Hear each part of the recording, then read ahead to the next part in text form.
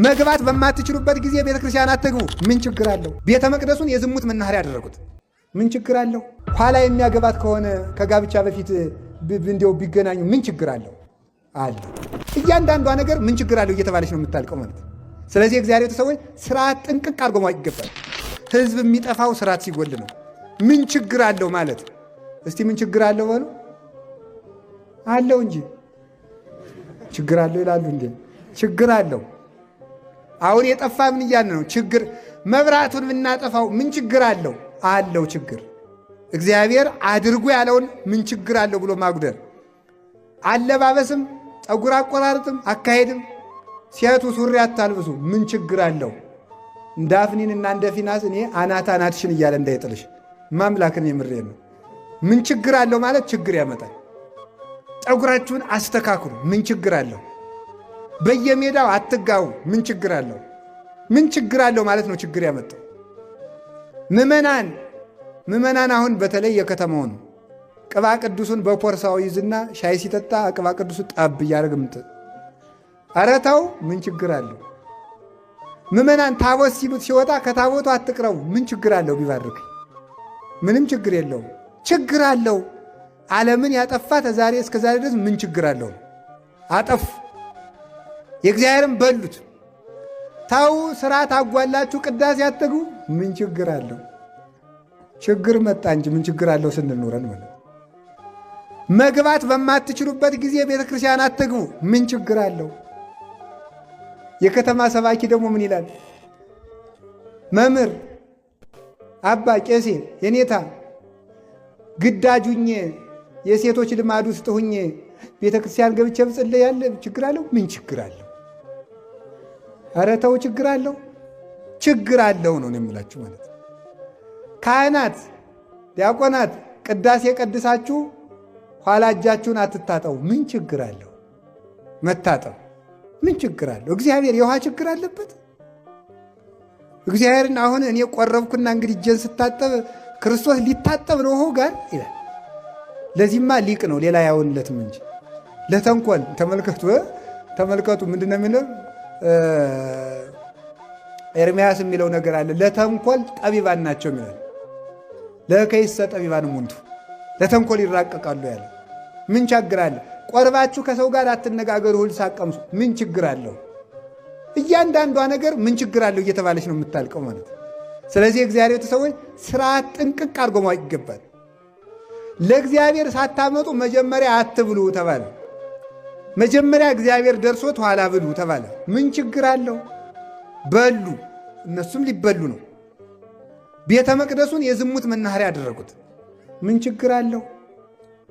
አሁን ደግሞ ያመጣው ደግሞ አለ ሰው ደግሞ አንድ ሴትና አንድ ወንድ እሺ፣ ዲያቆን ቢሆን እሺ፣ ኋላ የሚያገባት ከሆነ ከጋብቻ በፊት እንዲያው ቢገናኙ ምን ችግር አለው? አለው። እንዲህ እያለ አሁን ደግሞ እኔ አሁን ሴቱም እንደው ዛሬማ ማፈር እኮ ትቷል መምለክ አዛኝም። አሁን አንዲት ልጅ ደውል አንድ ጊዜ ያለችኝ እንገራችሁ። አንድ ዲያቆን ነበረው ኋላ እኔ ጋር ስተት ገጠመን። እሺ አዲያ እሱ ዲያቆን ሆኖ ቢቀጥል ምን ችግር አለው?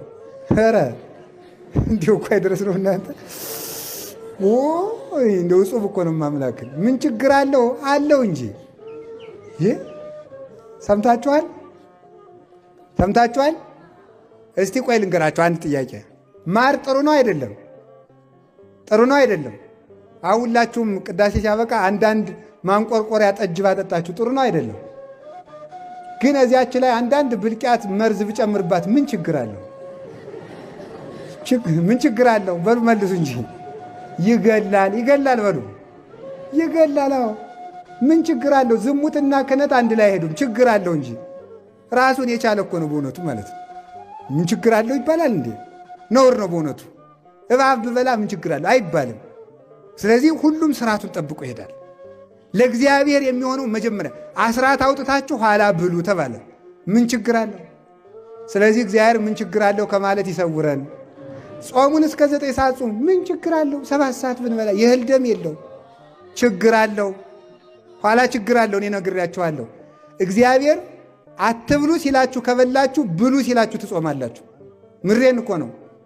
ድሃ በድህነቱ ጊዜ ያግበሰብስና ሀብታም ሲሆን ስኳር ንቅ፣ ኮሌስትሮል ንቅ፣ ምኑን ይብላው ቁልጭ እያለ መቁለጭለጭ ችግር ያለ ይውላችሁ። የድሮ ምን ችግር አለው? ኋላ ችግር አመጣ። አሁን የምበሉ አሁን የእግዚአብሔርን ቤተ መቅደስ እየዘረፉ የሚበሉ በእግዚአብሔር መቅደስ ላይ ዝሙት የሚሰሩ እናንተ ማለት ናችሁ። ዝሙት የሚሰሩ የእግዚአብሔርን ስርዓት የሚያጓድሉ ከስርዓት ይቀነስ የሚሉ እነዚህ ሶስቱ አገር ያጠፋሉ። አንደኛ የእግዚአብሔርን መብላት፣ ሁለተኛ የእግዚአብሔርን መቅደስ በርኩሰት ማርከስ፣ ሶስተኛ የእግዚአብሔርን ስርዓት መቀነስ፣ እግዚአብሔር ይበቃናል ብሎ ስርዓት ማጉደል። ስለዚህ አገር የሚቀሰፈው ስርዓት ሲጎድል፣ መቅደስ ሲረክስ፣ እንደገና ምን ሲሆን ነው? የእግዚአብሔርን ድርሻኛ ስንበላው። በእነዚህ ምክንያት እግዚአብሔር ጠላት አስነሳባቸው። ኤሊን እግዚአብሔር ምን አለው? ተው ልጆችን ምከር አለው። ምከር ልጆችን አለው። ምን አለ? እንቢክሙ ደቂቄ እንቢክሙ፣ ልጆቼ የምሰማው ነገር ጥሩ አይደለም እያለዝም ጥሩ አይደለም ልጆቼ። ለማበሰ ሰብ ላይለ ቢጹ እምኀበ እግዚአብሔር ይጼልዩ ሎቱ ወለማበሰ ሰብ ላይለ እግዚአብሔር እምኀበ መኑ ይጼልዩ ሎቱ። ግራ ንግግሩ ጥሩ ነው። ሰው ከሰው ጋር ቢጣላ ከእግዚአብሔር ያስታርቁታል፣ ወደ እግዚአብሔር ይጸልዩለታል። ሰው ከእግዚአብሔር ጋር ከተጣላ ግን ወደ ማን ይጸልዩለታል አላቸው። ውሃ ቢያንቅ በምን ይውጡ፣ ምላጭ ቢያብጥ በምን ይበጡ። ወዴት ነው? ተው አላቸው። ታው ምከራቸው፣ ከሹመታቸው ሻራቸው አለው እግዚአብሔር። ዝም ምን አረጋለሁ? መቼስ የልጅ ነገር እያለ ዝም አለ። ስለ ጽዮን ዝም አለ። ስለ ጽዮን ነው። እግዚአብሔር ፍልስጤማውያንን አስነሳ። ፍልስጤማውያን መጡና ጦርነት ገጠሙ። እስራኤል እንቅጠም እንግዲህ መቼስ ወንድ ይሉን ሴት ይሉን ብለው ገጠሙ። 4,000 ሰው በአንድ ቀን አመድ ሆነ። ተመልከቱ። ለምንት አውደቀን እግዚአብሔር ውስጥ ወደ ኤሎፍሊ፣ እግዚአብሔር ለምንድን ነው ወደ ኤሎፍላውያን አሳልፎ የሰጠን? አይውላችሁ ስሙ። እግዚአብሔር በሉ ለምን አሳልፎ ሰጠን በሉ። መልሱን እንግዲህ ስሙ። ለምንድን ነው አሳልፎ የሰጠን?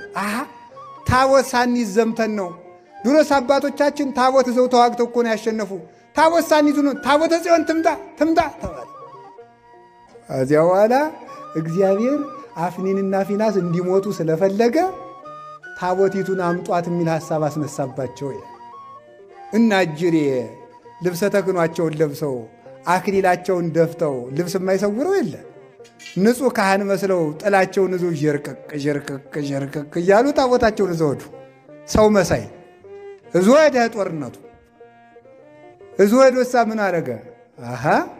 በአንድ ጊዜ 30,000 የእስራኤል ሰው አመዱ ነው ተሸነፈ፣ ረገፉ።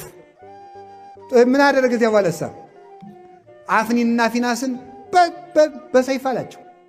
ታቦተ ጽዮን ከመሬት ወደቀች። እግዚአብሔር ሲጣላ እንኳን ከመሬት ያለውን ሕዝብ ታቦት የተሸከመውን ሰውዬም እንዲታረድ ያደርጋል። ስርዓቱ ሲጣስበት ማለት ነው። ለምን አሁን መናፍቃን ያነሱላቸዋል። ለምንድን ነው ታቦት? እሺ ታቦት የእግዚአብሔር ኃይል ካለበት ለምን ሲሰረቅ ዝም ይላል የሚል ጥያቄ ይነሳል። ለምን ሲሰረቅ ዝም ይላል? ለምን? ተመልከቱ፣ ታቦት የተሸከመው ሰውዬ በድንጋይ ሲደበደብ፣ እስቲ ታቦቱ ለምን ታምር አያደርግም? በደለኛ ስለሆነ ሰውየው። ታቦት የሚሰረቀው ቤተ መቅደሱ ሲቆሽሽበት ነው። ቤቱ ሲረክስበት ውሰደኝ፣ እነዚህ ከሚቀድሱኝ ሌሎች ቢረግሙኝ ይሻለኛል ይላል ታቦቱ። አውጣኝ ከዚህ ቤት ይላል፣ አሰርቀኝ ይለዋል እግዚአብሔር። ከዚያ በኋላ ተመልከቱ፣ ታቦቱ ውሰዱኝ ይላል፣ ይሰረቃል። ሌባ ይመጣና ይወስደዋል።